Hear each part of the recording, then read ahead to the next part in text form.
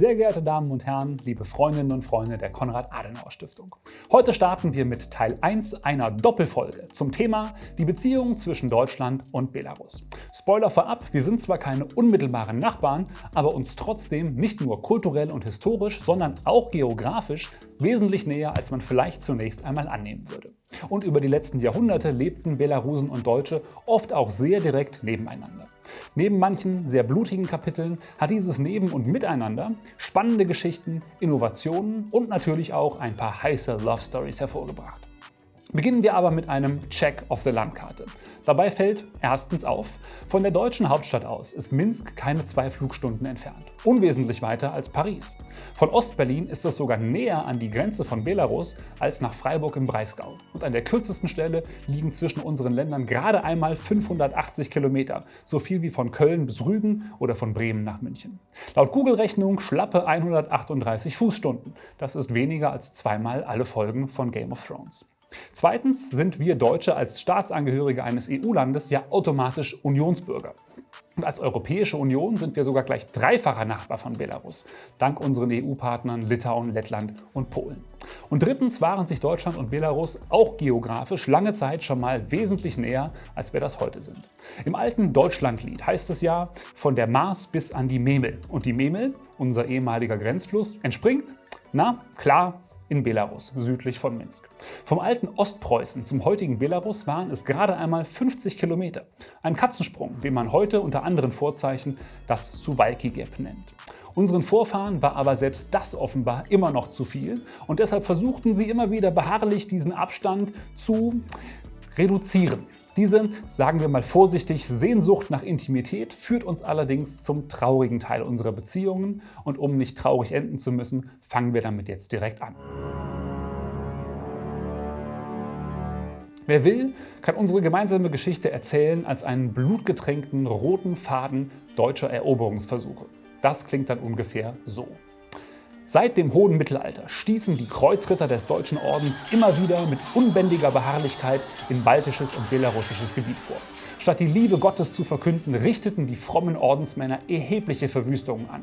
Die unablässigen Invasionen nach Litauen gelten sogar als längster Krieg der europäischen Geschichte. Moment, Litauen? Na klar, Sie wissen schon. Das heißt, nein, vermutlich wissen Sie nicht, dass dieses heute so kleine Land damals sowas war wie der ostmitteleuropäische Asterix. Ich selbst bin ja Riesenfan der widerspenstigen Gallier, aber deren Storys sind natürlich komplette Fiktion. Im Gegenteil zu dieser Story hier. Wir schreiben das Jahr 1350 nach Christus. Die ganze kontinentale Ostseeküste von Dänemark bis Karelien ist von den Deutschen besetzt. Die ganze kontinentale Ostseeküste? Nein. Ein kleiner baltischer Volksstamm hört nicht auf, dem Eindringling Widerstand zu leisten und das Leben ist nicht leicht für die Knappen der Kreuzritter, die in den Ordensburgen Memel, Liebau und Tilsit stationiert sind.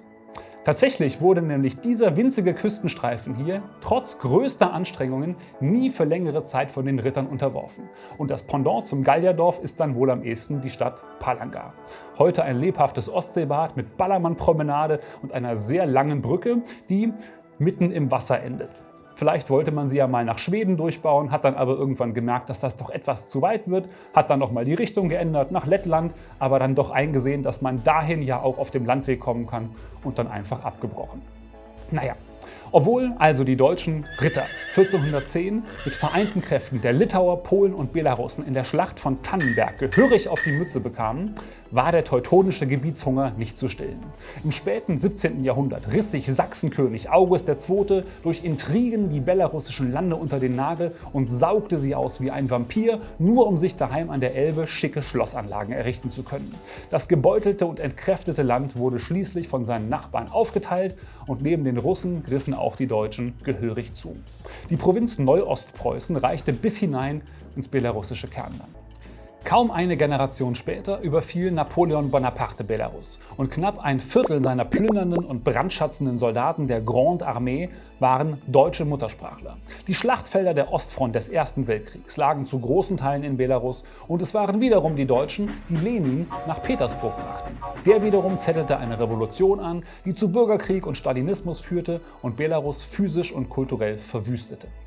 Der Hitler-Stalin-Pakt führte dann zwar zur Vereinigung der belarussischen Lande, doch er war der Auftakt für einen deutschen Vernichtungsfeldzug, der das volle Repertoire diabolischer Grausamkeit entfesselte. Zwangsarbeit, Todeszonen, Holocaust, etwa 5000 verbrannte Dörfer, 200 zerstörte Städte, knapp ein Drittel der Bevölkerung ermordet oder gefallen. Belarus zahlte vermutlich den höchsten Blutzoll aller besetzten Länder im Zweiten Weltkrieg. Was die Fakten angeht, kann man dieser Darstellung nur wenig widersprechen. Allenfalls bei der Bewertung von König August, der immerhin 33 Jahre lang Belarus und Sachsen gemeinsam von Dresden aus regierte. Man kann aber auch die andere Geschichte erzählen. Schon immer gab es Handelsbeziehungen zwischen Deutschen und Belarusen. Seit dem 14. Jahrhundert formierten sich Dutzende belarussische Städte nach dem Vorbild des Magdeburger Stadtrechts. In Polazk und Wizebsk gab es Niederlassungen der Hanse. Das Land war zwischenzeitlich in weiten Teilen erfasst von der Reformation. In diese Zeit fällt das Wirken einer der berühmtesten Persönlichkeiten der belarussischen Geschichte, Franzisk Skarinas. Der große Humanist war ein Vorreiter der belarussischen Renaissance und persönlich bekannt mit Luther. Er gründete die erste Druckerei im östlichen Europa, die unter anderem seine Bibelübersetzung herausgab.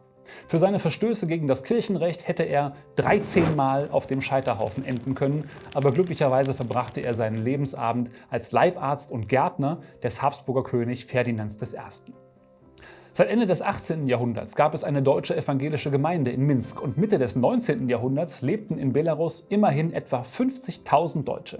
Einer von ihnen, Johann Christoph Glaubitz aus Schlesien, entwarf als Stararchitekt viele Kirchen und Prachtbauten im Großfürstentum, die bis heute unter anderem die damalige Hauptstadt Wilna prägen.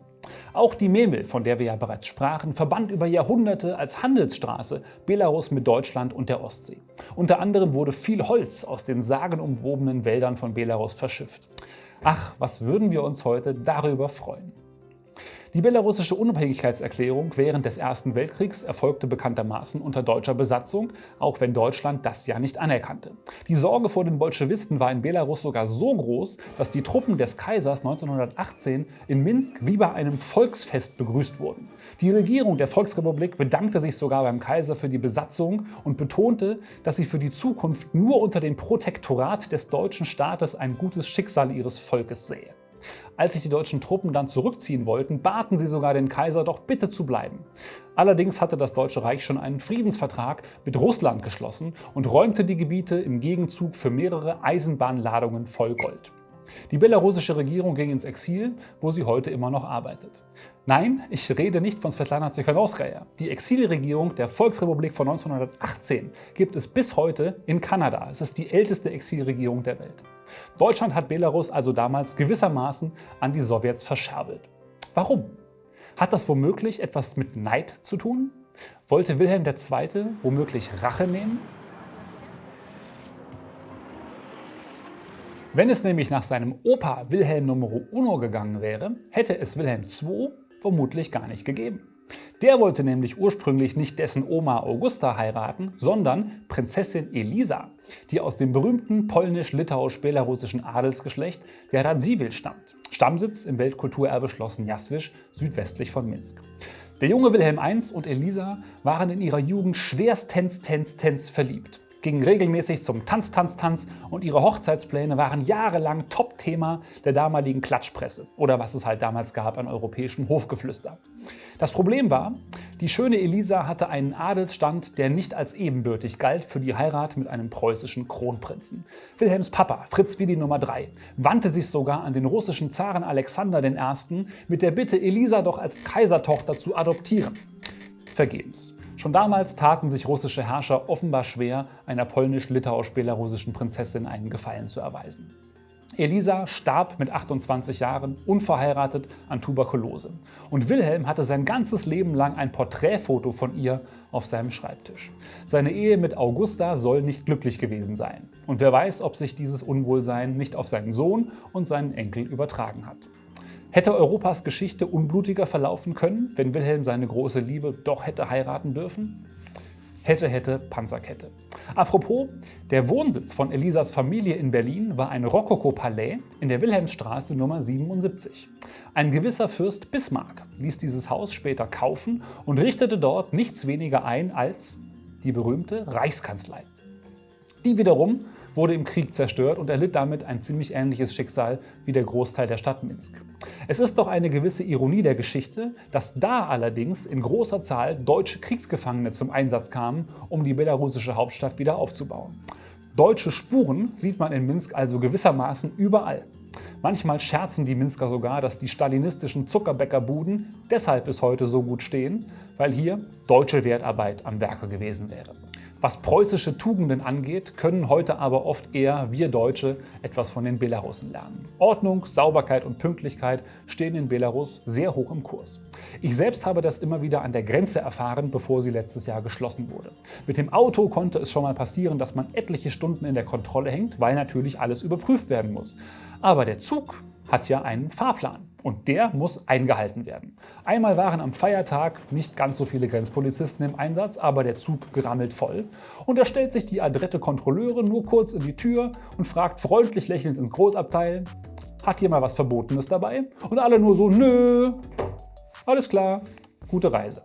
Hätte ich das gewusst, hätte ich meine Chance genutzt, mich auf Lebenszeit mit Radziwiłł Wodka einzudecken.